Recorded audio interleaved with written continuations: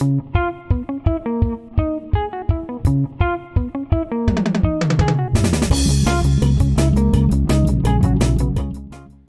friends, my name is Marcella and I work for Woodrow Wilson After School Program Explorers, and today we'll be doing Oreo moon phases. So what you're going to need for this activity is Oreos. I had mini Oreos, but that worked just fine. A paper plate, or you can also do it on a blank piece of paper. That works very well as well. A Sharpie or a marker, and a spoon or a knife to cut out from the Oreo. I first started off by making a world because the moon goes around the world, our world, right? So, first I started off by shaping the world, and then adding the moon phases. So, first it was new moon, then I went on and added on the same side waxing gibbous, and you can always pause the video to try to just to make sure how to spell or just where places are. Next, it was first quarter, then waxing crescent, then full moon, then waning crescent, then third quarter, then waning gibbous, and then it goes full circle back to new moon, as you can see. If you need help spelling, you can just look at these, and you don't have, if you have big Oreos, you might want to leave a bigger space in between. I had the mini Oreos because that's all I had at my house, so I didn't have to leave a big space in between. But if you do have big Oreos, try to leave some space in between so that you can see what the word is for each one.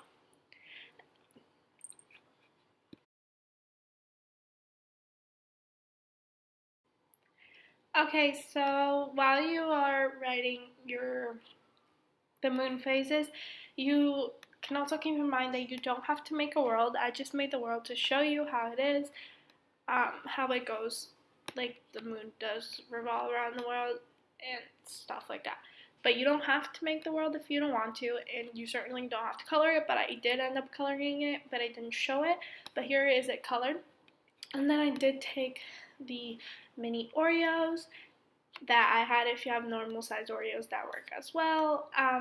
And I just took one, and then I opened it in half so that the filling inside was not on one of them, because a new moon is when the sun blocks the moon entirely, so you can't really see the moon.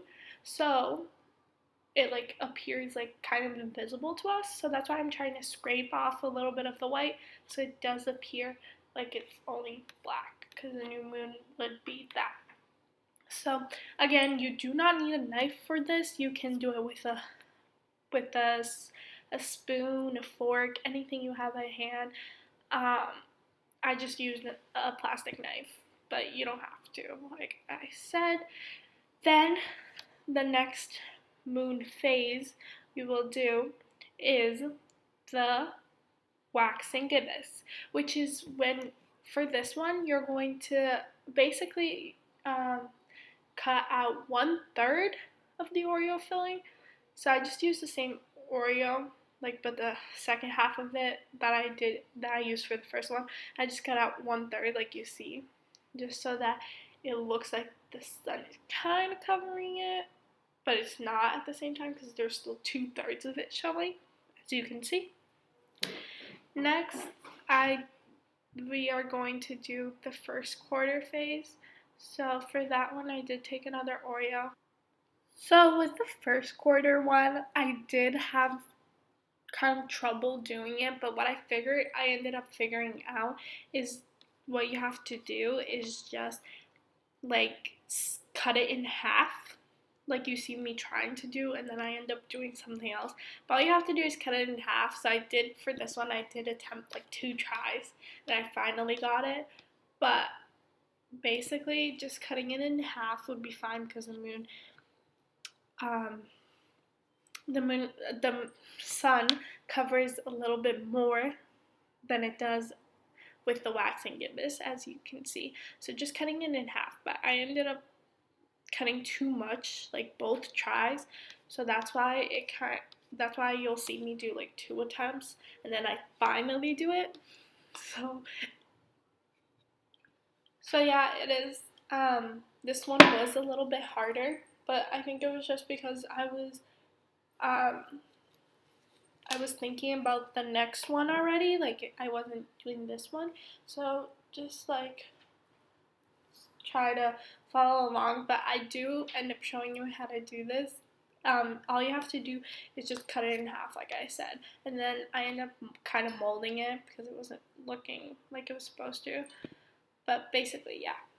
So you see, just cut it in half. That's what I did, as I showed, as you can see right here.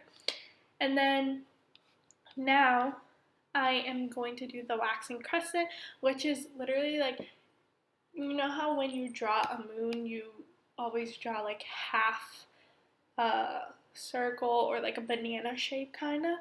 So this is the waxing crescent, and that is like the banana shape-ish. So this one was a little bit harder to do because you have to mold the, I don't know what to call this, if it's icing or the filling inside the Oreo. Anyways, so I had to kind of like mold it with the knife, so it was a little bit harder, but you can definitely do it. And it was just try to make it a banana shape. It doesn't have to be perfect, but just kind of look like it because the sun blocks it and all we see is that shape. So the white is what we see.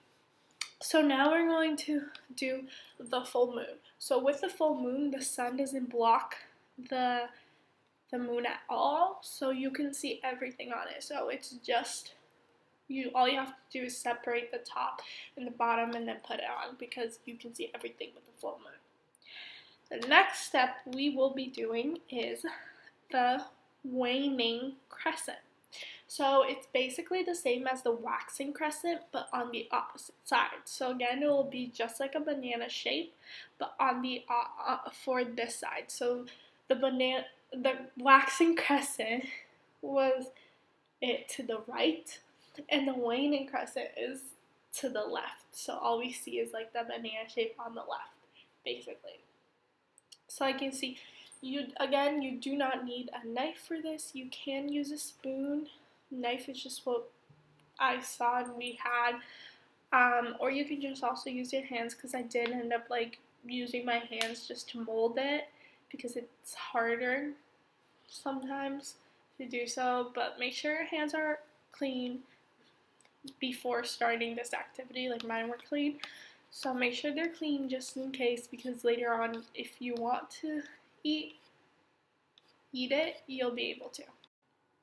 Okay, so like I said, this one did take a while doing the waning crescent on this side, but again, you can just mold it with your hands. And then I did use the same, I put the Oreo that I was just putting the fillings on top of in the middle, the extra parts, just so that I could get rid of it faster.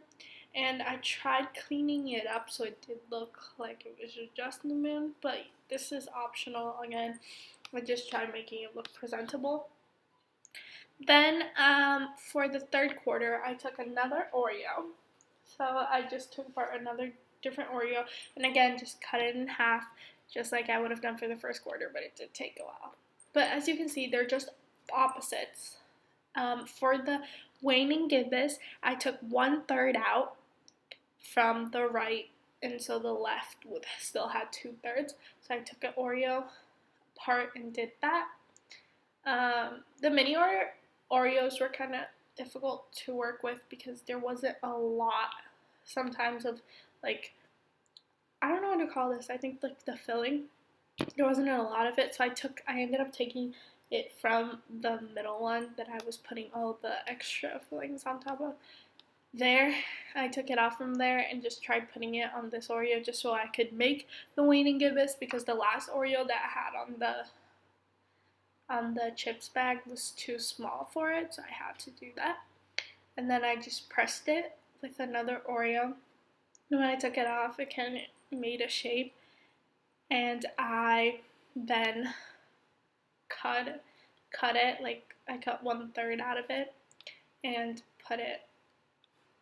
I also had to mold it a little with my hands because it didn't look like it was.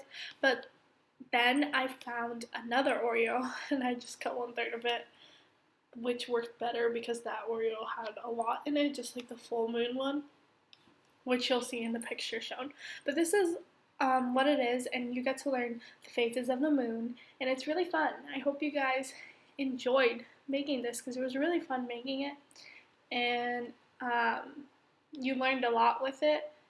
And now for the final touches, it's just like putting the arrows in between each moon phase to show you like the cycle and how it goes. So it's just a very fun and interesting way of learning what the phases of the moon. So I hope you guys enjoyed it and have a nice day. Bye.